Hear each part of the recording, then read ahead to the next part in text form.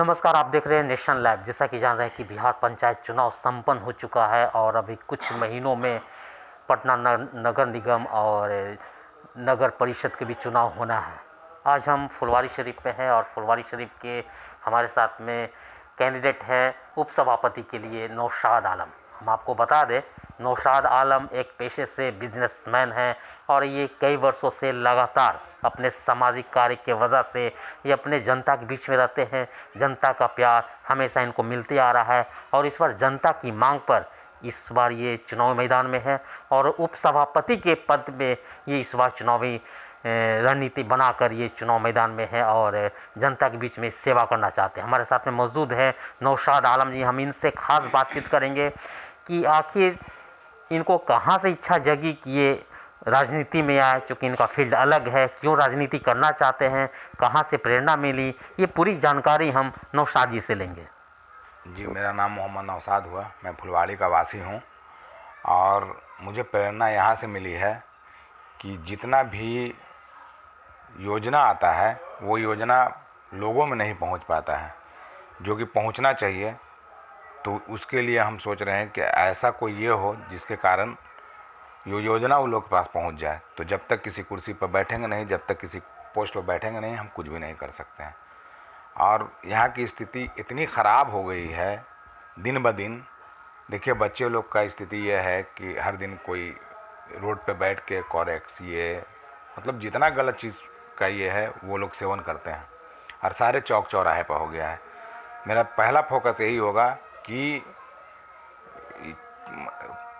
नशा मुक्त बनाया जाए फुलवाड़ी को कम से कम, जिससे लोग में ये हो। और रोज़गार तो एकदम ही नहीं है और ना यहाँ जो अभी तक बैठे हुए लोग हैं ना इस पे ध्यान दिए कभी कि जो औरत हैं, जो महिलाएं हैं, उनको रोज़गार दिया जाए किसी भी तरीके से। तो हमारी कोशिश ये रहेगी हमारे बनने के बाद कि हम इस पे फोकस डालें और उन लोग के लिए रोज़गार का व्यवस्था कराएं। मतलब आपके हिसाब से अगर कहा जाए तो ये फुलवारी शरीफ नगर परिषद का जितना विकास होना चाहिए उतना जी, विकास नहीं हुआ है, नहीं हुई, नहीं हुआ है। नहीं हुई। तो आप शिक्षा, सड़क, गली, ये सब चीज़ें पे अभी तक देखिए, सिक्योरिटी के रूप में आप पूरे फुलवाड़ी में देखिए कि एक भी जगह पे आपको कैमरा नहीं नज़र आएगा। किसी भी वारदात को करके लोग आराम से चले जाते हैं। उसका कहीं भी कोई भी साक्ष्य नहीं होता है। पुलिस ढूंढती रहती है, कुछ भी नहीं मिलता है। आए दिन आप सुनते होंगे मोबाइल चोरी हो गया, मर्डर हो गया, लेकिन उसका साक्ष्य मिलेगा नहीं क्योंकि एक भी जगह कैमरा नहीं है। सबसे पहले जीतने के बाद सबसे पहला काम हमारा रहेगा कि इस फुलवाड़ी में कैमरा लगवाएं, जिससे थोड़ा आसान हो जाए पुलिस के लिए भी और हम लोग के लिए भी। और जो ये काम करते हैं वो भी डरें कि हाँ कैमरा लगा हुआ है। मतलब ये हम चौराहा पे जी, सीसीटीवी कैमरा नहीं है, एकदम नहीं है। इससे अपराध बढ़ रहा है। बढ़ रहा है। अपराध बढ़ने का रीज़न और भी है, रोज़गार एकदम नहीं है। रोज़गार नहीं रहने के कारण जितने नौजवान लोग हैं वो गलत नशे में चले गए हैं, जिसके कारण छिनतौड़ी हो रही है। मोबाइल छीनना, कुछ और छीनना, मतलब हर दिन ये थाना में आता ही है कि मोबाइल छिना गया है, गाड़ी छिना गया है। इस पर रोक लगेगा उस कारण। तो रोजगार का सबसे बड़ा कारण ये भी हो सकता है शिक्षा भी नहीं होगा यहाँ पे। है एकदम। शिक्षा बहुत ही भ्रष्ट स्थिति में है यहाँ की। ना सरकार कुछ कर रही है यहाँ के लिए, ना यहाँ के बच्चों को। देखिए, सबसे ज़्यादा गरीबों की स्थिति ख़राब है। अगर शिक्षा के लिए कुछ बनेगा तो ही शिक्षा मिलेगा। ऐसा कुछ भी शिक्षा के लिए सरकार नहीं की है, खासकर फुलवाड़ी में। तो शिक्षा की यहाँ पे कमी है, बहुत कमी है।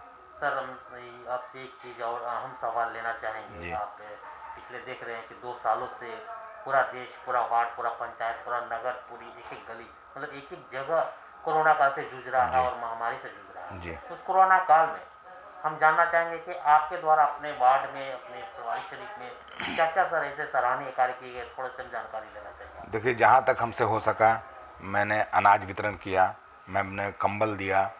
जहाँ तक हमसे पॉसिबल हो सका कुछ को मदद के रूप में, जैसे कोरोना हो गया, किसी को कोविड हो गया, उसको मैंने एडमिशन कराया, एम्स में हो, कैंसर हॉस्पिटल में हो, जहाँ हमारा पैरवी काम किया, अपने पैरवी से उसको कराया। तो अपने निजी फंड से भी लोगों के आर्थिक और शारीरिक हर तरीके से आपने मदद जी किया है। जी। और ये अनाज वितरण का काम मैं रेगुलर करता हूँ और आज भी कर रहा हूँ। आज भी मैं जहाँ जहाँ जाता हूँ वहाँ सुनने को ये मिलता है कि बाबू हमारे घर में आज खाने के खाना नहीं है। मैं वहाँ पर्सनल इसमें भाई देखिए, मुझे दिखाने का कोई शौक़ नहीं है और मैं दिखावा नहीं करता हूँ, इसलिए मैं पर्सनल किसी लड़का को झोला में लेके वो भेज दिया। ये काम मैं कर रहा हूँ आज भी। और आज भी आप देखिएगा तो ब्लैंकेट हमारे पास 100 पड़ा हुआ है, क्योंकि जो भी लोग आते हैं मैं उसको देता हूँ जिसकी ज़रूरत है। मैं घूमने गया था अभी नाहरपुरा, वहाँ बहुत गरीबी है, बहुत ही ज़्यादा। ये स्थिति है कि सुबह खाते हैं, रात मिलेगा कि नहीं मिलेगा, ये स्थिति है। वहाँ मैंने अभी जाके कंबल का वितरण किया है, फिर कुछ अनाज दिया है। तो ये काम हम कर रहे हैं रेगुलर वे यहाँ में। पे आपका नगर परिषद में फुलवारी शरीफ में स्वच्छता का भी प्रॉपर नहीं देखा जा रहा है। स्वच्छता का भी जो जी, मिशन है, ये स्वच्छता अभियान, सुचारू रूप से नहीं किया जा रहा है और ये पूरे फुलवाड़ी की स्थिति है। और फुलवाड़ी की पूरे पटना का मानिए, लोग इसको सही से नहीं कर रहे हैं।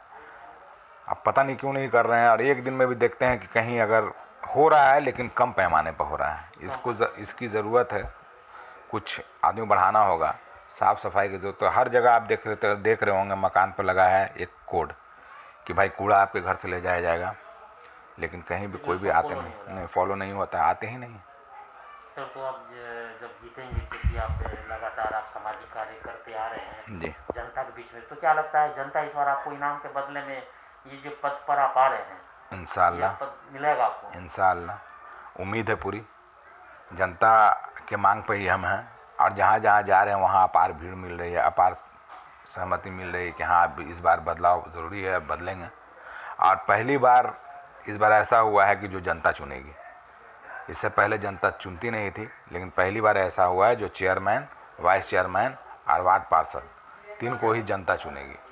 इस बार उम्मीद लग रहा है? इंशाअल्लाह इस बार उम्मीद लग रही है और पूरी कोशिश रहेगी हमारी कि हम जनता के बीच में जाएं और उनकी परेशानी सुनें और उनकी परेशानी को हल करें। सर, तो चुनाव के मद्देनज़र अपने वार्ड वासियों से नगर परिषद फुलवारी शरीफ की जनता के लिए क्या संदेश देना चाहेंगे, क्या अपील करना चाहेंगे? देखिए, हमें जनता से बहुत कुछ सुनने को मिलता है। जैसे बहुत जगह गए, किसी का राशन कार्ड नहीं है, किसी का श्रम कार्ड नहीं बना हुआ है, किसी का मेडिकल वाला जो कार्ड है वो नहीं बना हुआ है, किसी का स्मार्ट कार्ड नहीं बना हुआ है। तो इंशाअल्लाह कल से इस चीज़ पर हम काम कर रहे हैं और कल हमारा पहला शिविर लगने वाला है नहरपुरा से, क्योंकि नहरपुरा में ही सबसे ज़्यादा गरीबी देखने को मिला है।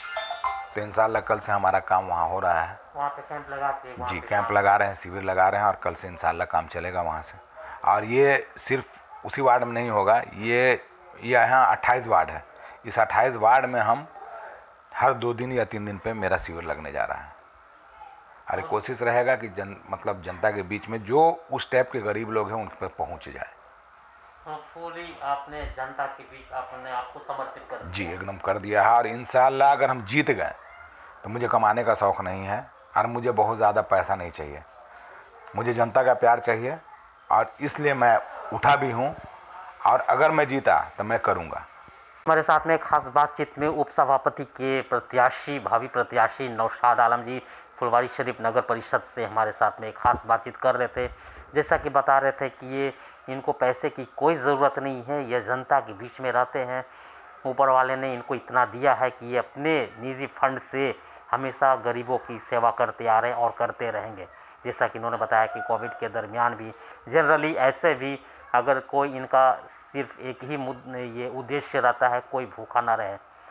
इनके घर में हमेशा 100 पैकेट हमेशा अनाज पड़ा रहता है। ये गरीबों को भूखा नहीं देखना चाहते हैं, ये हमेशा चाहते हैं कि हमसे लोग खुश रहें। और ये भरसक इनकी कोशिश रहती है कि जनता इनसे प्यार लेता रहे, जनता भी इनको प्यार देता रहे।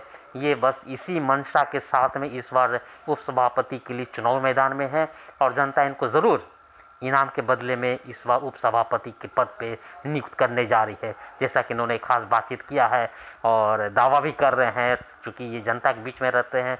जनता भी के मांग भी इस बार चुनावी मैदान में है, तो जनता ज़रूर इनको इनाम के बदले में उपसभापति के पद पे ज़रूर बैठाएंगे और ये इस फुलवारी शरीफ नगर परिषद को एक विकसित नगर परिषद के रूप में ये देखना चाहते हैं, क्योंकि सबसे पहले इनका मुद्दा रहेगा रोज़गार और कई सारे मुद्दा, जैसा कि इन्होंने खास बातचीत में बताया है कि चौक चौराहे पे सीसीटीवी कैमरा और स्वास्थ्य, शिक्षा, इन सभी मुद्दों पे ये कार्य विकसित नगर परिषद ये बनाना चाहते हैं।